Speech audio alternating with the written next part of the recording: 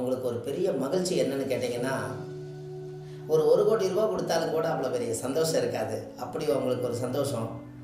இதெல்லாம் கேட்கும்போது அவங்ககிட்ட காசு இல்ல, ஜாதகம் பார்க்குறதுக்கும் கூட காசு இல்ல. ஆனா ஏதாவது ஒரு எளிய பரிகாரம் கிடைக்காதான்னு மனம் தேடுது. அந்த மாதிரி இருக்கிறவங்கள நம்ம காப்பாத்துறதுக்கு தான் ஜோதிடரா முதல்ல உருவாகுறோம். அந்த காலத்துல காசு பணமெல்லாம் ஜாதகம் பார்க்குறவங்களுக்கு அதிகமா கொடுக்க மாட்டாங்க. தவசம் தானியம் தான் கொடுப்பாங்க. அவங்க வீட்டில் இந்த மாதிரி ஏதாவது நிறையா மக்காணி சோளம், கொள்ளு, தட்டைப்பயிறு, சோளம், கம்பு, ராகி, கேழ்வரகு இதெல்லாம் வீட்டில் நிறைய இருக்கும். ஏதாவது தேங்காய், மாங்காய் இந்த மாதிரி ஏதாவது இருக்கும்.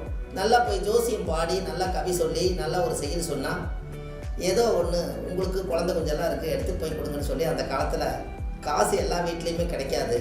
அன்னைக்கு பண்டமாடி கொடுத்து வாங்குறதுன்னு சொல்லுவாங்க. இந்த தவச தானியத்தை மனசார எடுத்து கொடுப்பாங்க. அதை போய் அவங்க உணவாக அருந்தி அந்த குழந்தைகளை வளர்த்துவாங்க. அப்போ சாஸ்திரம் சம்பிரதாயம் எல்லாமே காசால் என்றைக்கும் அது விலைக்கு வாங்க முடியாது, மனசால தான் விலைக்கு வாங்க முடியும். அவங்களுக்கு ஜாதகம் பார்க்குறதுக்கும் கூட எனக்கு பைசா கம்மியாக இருக்குதுங்க, காசு இல்லை, அவ்வளவு இங்களால் கொடுக்க முடியாதுன்னு அவங்க மனம் திறந்து சொல்லுவதை பார்க்கும் பொழுது அவங்களுக்கெல்லாம் இந்த எளிய பரிகாரத்துக்கு காசு எதுக்கு, அதனால எல்லா மக்களும் பயனடைக்குமே. இன்றைக்கி தான் பணத்தை தேடி யார் வேணாலும் ஓடலாம். ஆனால் நல்ல ஒரு ஜோதிடர்கள், ஒரு குடும்ப ஆலோசகராக ஒருத்தர் இருக்கணும். கண்டிப்பாக எல்லா வீட்டுக்கும் ஒரு ஆலோசகர் கண்டிப்பாக வேணும். உங்களுக்கு ஒன்று தெரியுமா, அந்த காலத்தில் முன்னோர்கள் எல்லாம் எல்லா வீட்லேயுமே பெரியவங்க இருப்பாங்க.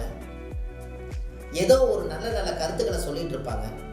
அந்த கருத்துக்கள் எல்லாமே நல்ல ஒரு பயன்படும். அவங்களுக்குன்னு தேவையானது அனைத்தும் ஒரு பள்ளி விழுந்தாலும் கூட பஞ்சாங்க பார்த்து ஒரு விநாயகருக்கு போய் ஒரு கூட தண்ணி எடுத்து ஊற்றிருப்பான்னு சொல்கிறதுக்கு ஆள் இருந்தது. இன்றைக்கி ஆளே இல்லை. ஒரு கொஞ்சம் பேர் மட்டும் இந்த ஜோதிட துறையில் கொஞ்சம் வளர்ந்து வர்றாங்க. அதை வச்சு தான் இந்த மக்களே இருக்காங்க. அதுக்கு தான் இந்த ஒரு பதிவு. அதனால் எப்பவுமே மக்களுக்கு ஒரு நல்ல ஒரு விஷயங்கள் இந்த உலகத்துக்கு சேரணும். நம்ம ஜோதிடம் 27 ஆண்டு காலமாக இது ஒரே துறை, இந்த ஜோதிட துறை பாரம்பரியமாக வள்ளுவருடைய குலத்தில் இந்த வம்சத்தில் பிறந்ததுனால எனக்கு கிடைச்ச பொக்கிஷம். எத்தனையோ மக்களை காப்பாற்றியிருக்கிறோம்.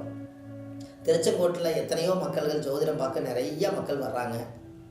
அத்தனை பேர்த்துக்கு ஜாதகத்தை பொறுமையாக வாங்கி நிதானமாக கணிச்சு அவங்களுடைய ஊழ்வினை கர்மா என்ன, அவங்களுடைய பாவ தோஷங்கள் என்ன, எதனால் அவங்க கஷ்டப்படுறாங்க, என்ன பிரச்சனையினால் அவங்களுடைய மன உளைச்சல் நெருக்கடி எல்லாம் வருது, இதனால் அவங்களுக்கு தேவையில்லாத பிரச்சனைகள் ஏன் வருது, சட்டச்சிக்கல் பிரச்சனை ஏன் வருது, குடும்பத்துக்குள்ளே ஏன் இவ்வளவு குழப்பங்கள் ஏற்படுது, இது எல்லாத்தையுமே கண்டுபிடிச்சி அவங்கள உட்கார வச்சு துல்லிதமாக கணக்கு போட்டு இதனால தானுங்க ஏன் உங்களுக்கு இந்த பிரச்சனைன்னு நம்ம தொட்டு காட்டுறோம். அதுக்கு தான் அந்த ஜாதகத்தவே நம்ம ஒரு வித்தியாசமான ஒரு ஜோதிடமாக கொண்டு வரோம். விசித்திரமாக நம்ம ஒரு ஜோசியத்தை பார்க்குறோம்.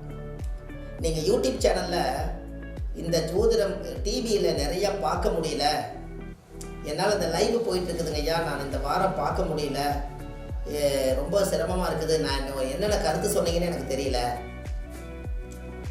அப்படின்னு ஏதாவது தெரிஞ்சதுன்னா நீங்கள் சுபம் மாரிமுத்து அப்படின்னு யூடியூப் சேனலில் போனீங்கன்னா இந்த பதிவுகள் எல்லாம் உங்களுக்கு நான் அதில் செலுத்தியிருக்கேன். எளிய பரிகாரங்கள், 100கணக்கான பரிகாரங்கள், 200 கணக்கான பரிகாரங்கள் எல்லாம் வீடியோவாகவே நான் பண்ணியிருக்கேன். இது எல்லாமே நீங்கள் மக்களுக்காக இரவும் பகலும் அயராத உழைப்பில் எல்லாரும் நல்லா இருக்கணுங்கிறதுக்காக இந்த ஜோதிட துறையிலையுமே ஆத்துமாக ஒருத்தர் மேலே ஒருத்தர் குறை சொல்லாமல் அவங்க குடும்பத்தை மட்டும் காப்பாற்றி விட்டால் அந்த வாழ்க்கை நல்லா இருக்குன்னு சொல்லி ஒரு மனதாகவே இருந்து இது வரைக்கும் ஜோதிடம் பார்க்குறோம். அதனால் நீங்கள் கண்டிப்பாக ஒரு முறை நீங்கள் ஜோதிடம் பார்க்குறதுக்கு கண்டிப்பாக அவங்களுக்கு பதிவுகள் அப்பாயின்மெண்ட் கிடச்சதுன்னா பாருங்கள். நம்ம எல்லாத்துக்குமே பார்த்து கொடுக்குறோம். காலையில் இருந்து 6 மணி வரைக்கும் ஜாதகம் பார்க்குறோம். அதில் முதல் பதிவு பண்ணுறவங்களுக்கு மட்டும் முதல்லையே நம்ம பார்க்குறோம். ஃபோன் பண்ணிட்டு தான் வர முடியும். அதையும் நீங்கள் பார்த்துக்கங்க. ஏன்னா ஃபோன் பண்ணால் வந்தால் ஒவ்வொருத்தருடைய ஜாதகத்தை கணிச்சு துல்லியமாக பலன் சொல்லுவதுக்கு ரொம்ப நேரம் ஆகும். அதனால் நீங்கள் இருந்து அதையெல்லாம் கொஞ்சம் பொறுமையாக இருந்து பார்த்துட்டு போகலாம். அதனால் கீழே போயிட்டு இருக்கிற நம்பருக்கு நீங்கள் கண்டிப்பாக கூப்பிடுங்க. ஒரு மிகப்பெரிய ஒரு மாற்றம் ஏற்படும்.